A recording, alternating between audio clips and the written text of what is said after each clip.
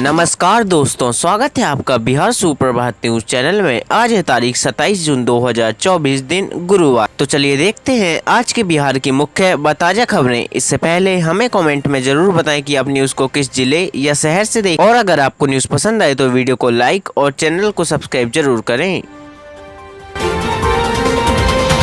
पूरी तरह बदलने जा रहा बिहार, अधिकारियों के लिए सेट हुआ टारगेट, एक्शन में मंत्री नितिन नवीन। नगर विकास एवं आवास विभाग के मंत्री नितिन नवीन पूरी तरह से एक्शन मोड में दिख रहे हैं। उन्होंने अधिकारियों के लिए टारगेट सेट कर दिया है। मंत्री नितिन नवीन ने शहरी निकायों के कार्यपालक पदाधिकारियों को कम से कम 2 घंटे फील्ड निरीक्षण करने का टास्क दिया है। नितिन नवीन ने बीपीएससी के जरिए नवयुक्त कार्यपालक अधिकारियों से कहा कि फील्ड में जाएंगे तो लोगों की समस्या समझी जाएगी, उसका निदान भी समझ में आएगा। इससे लोगों की परेशानी कम करने में मदद मिलेगी। हमें जनता की समस्या का समाधान कर बिहार में बदलाव लाना होगा। मंगलवार को अधिवेशन भवन में आयोजित कार्यक्रम में मंत्री नितिन नवीन ने नवनियुक्त पदाधिकारियों को उत्साह बढ़ाते हुए कहा कि बिहार में बदलाव लाने के लिए काम कीजिए। सभी कार्यपालक पदाधिकारियों को विभागीय कार्यों में जानकारी भी दी गई।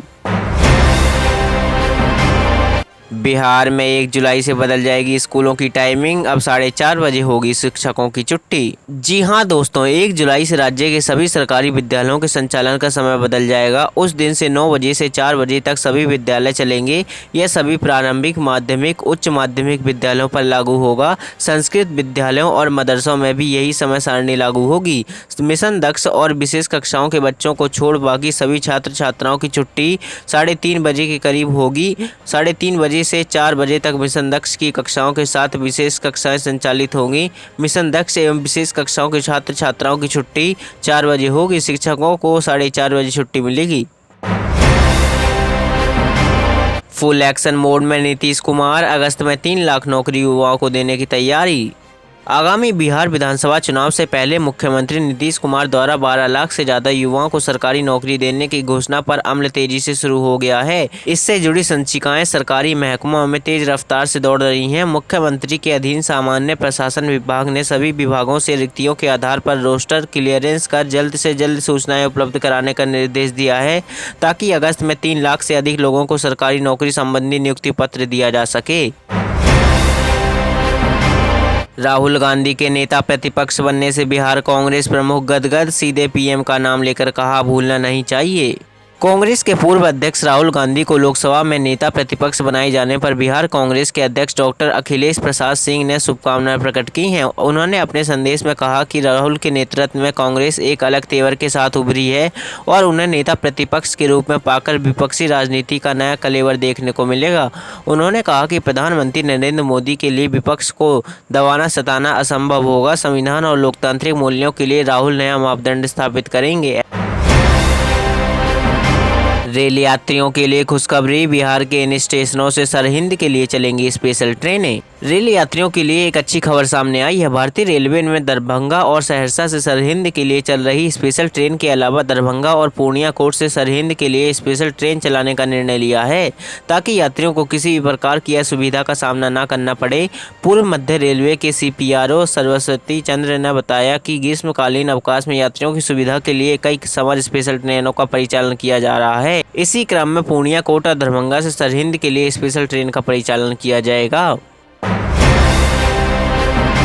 दुरुस्त होंगी ई शिक्षा कोष ऐप की खामियां, BEP ने उठाया ये कदम, ऑनलाइन अटेंडेंस से शिक्षक परेशान।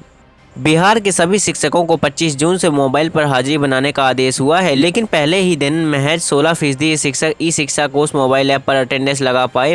बाकियों को काफ़ी दिक्कतों का सामना करना पड़ा। किसी का पासवर्ड, किसी की ID, किसी के स्कूल की लोकेशन ऐप पर गलत दिखा रहा था, जिसके चलते ऑनलाइन हाजिरी नहीं लग सकी। अब इन तमाम खामियों को निपटने तो आदेश दिया गया है। बिहार शिक्षा परियोजना परिषद ने संबंधित एजेंसी को निर्देश दिया कि 28 जून तक ऐप में आ रही दिक्कतों को दूर किया जाए।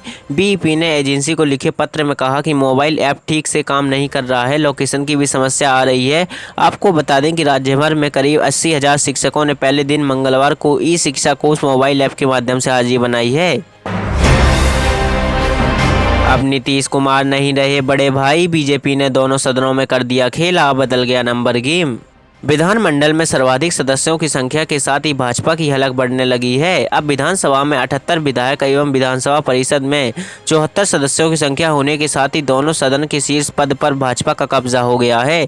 विधानसभा अध्यक्ष एवं विधान परिषद के सभापति पद पर भाजपा ने क्रमशः राजद के आधार वोट बैंक वाले नेताओं को बैठाकर 2025 के विधानसभा चुनाव को साधने की जुगत में जुट गई है। सीधे तौर पर 14% आबादी वाले यादव समुदाय के वरिष्ठ नेता नंद किशोर यादव को विधानसभा अध्यक्ष बनाकर दूरगामी संदेश दिया था।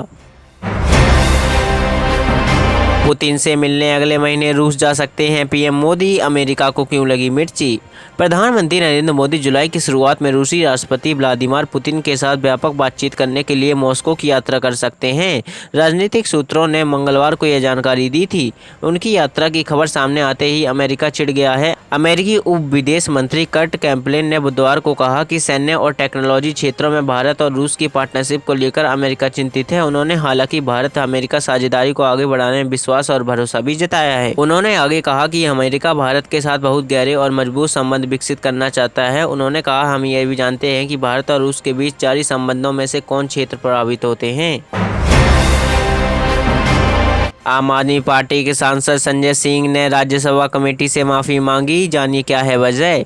आम आदमी पार्टी सांसद संजय सिंह ने अपने खिलाफ 4 शिकायतों की सुनवाई के लिए बुधवार को हुई राज्यसभा विशेष अधिकार समिति के समक्ष बिना शर्त माफी मांगी है। मामले की विस्तृत जानकारी रखने वाले लोगों ने बताया कि संजय सिंह के खिलाफ शिकायतों का अब निपटारा कर दिया गया है। समिति की रिपोर्ट गुरुवार को उच्च सदन में रखी जाएगी। राज्यसभा के उपसभापति हरिवंश की अध्यक्षता वाली समिति सिंह के खिलाफ विशेष अधिकारों की शिकायतों की सुनवाई कर रही थी। लोकसभा में स्पीकर फाइनल, अब डिप्टी स्पीकर पद पर सस्पेंस, क्या एनडीए ब्लॉक की मांग मानेगा एनडीए। लोकसभा में बुधवार को ओम बिरला को स्पीकर चुन लिया गया है। स्पीकर की कुर्सी को लेकर लड़ाई खत्म होने के बाद अब अगला लक्ष्य डिप्टी स्पीकर है। डिप्टी स्पीकर का पद विपक्ष के लिए होड़ का विषय है। जब इसे लेकर एनडीए और इंडिया गठबंधन के बीच चर्चा हुई तो कांग्रेस ने इस बारे में कुछ नहीं बोला। शुरू में दोनों पक्षों के शीर्ष नेताओं ने इस मामले पर बातचीत की, लेकिन स्थिति तब बिगड़ गई जब सरकार ने डिप्टी स्पीकर का पद इंडिया गठबंधन को देने के लिए सहमति नहीं जताई। यह विवाद स्पीकर के पद को लेकर दोनों पक्षों के बीच सीधी टक्कर के साथ चरम पर पहुंच गया, क्योंकि विपक्ष ने अपनी बात रखने के लिए अपनी दावेदारी पेश की। शराब घोटाला मामले में अरविंद केजरीवाल को झटका, कोर्ट ने सीबीआई को 3 दिन की रिमांड दी। दिल्ली के कथित शराब घोटाले में जुड़े भ्रष्टाचार के मामले में केजरीवाल को तगड़ा झटका लगा है। राउज एवेन्यू स्थित विशेष अदालत ने बुधवार को दिल्ली के मुख्यमंत्री अरविंद केजरीवाल को 3 दिन की सीबीआई रिमांड पर भेज दिया है। अवकाशकालीन विशेष न्यायाधीश अमिताभ रावत की अदालत ने मामले में केजरीवाल की 5 दिन की सीबीआई हिरासत की याचिका पर संबंधित पक्षों की दलील सुनने के बाद बुधवार को फैसला सुरक्षित रख लिया था।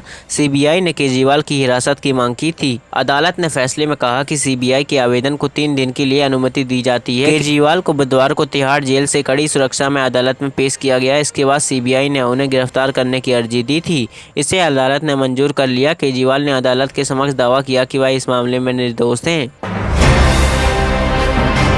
तो ये थे आज के मुख्य और बड़ी खबरें। अगर आपको न्यूज़ पसंद आई हो तो वीडियो को लाइक और चैनल को सब्सक्राइब जरूर करें। धन्यवाद।